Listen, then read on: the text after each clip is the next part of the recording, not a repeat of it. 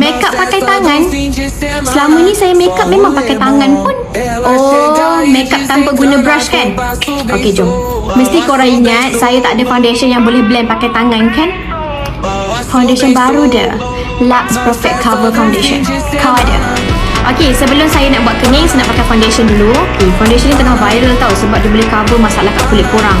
Okey, saya bagi contoh kulit saya ni memang tak ada jerawat tau, tapi korang nampak tak ni ada parut ni? Okey, ni parut disebabkan kena cakar kucing ni. Mari nampak ni, ni line ni semua kena cakar kucing, ni pun kena cakar kucing. Dekat leher tu ada tapi takkan nak tunjuk kan? Mari nampak ni, kau ingat kulit aku cantik ni, nampak ni ada bintik-bintik ni. Okey, lepas tu kita letak dekat muka, tak kisahlah berapa dot ikut korang. Okey, so kita blend pakai jari je. Macam kau betul.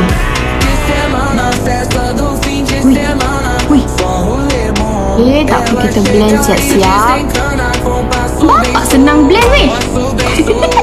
Lepas tu nyanyi blend aku memang suka buka mata sebab nanti sekarang kau nak pakai foundation pula, nak pakai eyeshadow senang sikit. Okey, nampak tak? Senang je pakai jari. Bapak dengan foundation weh tak melekit langsung.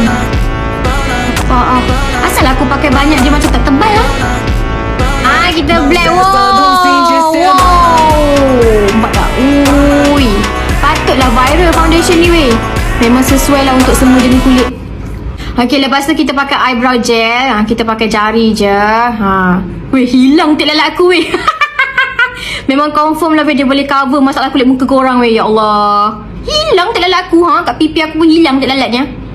Aduh, ya Allah, eyeshadow lah paling senang weh. Pakai tangan je macam ni. Pakai jari senang je. Blend.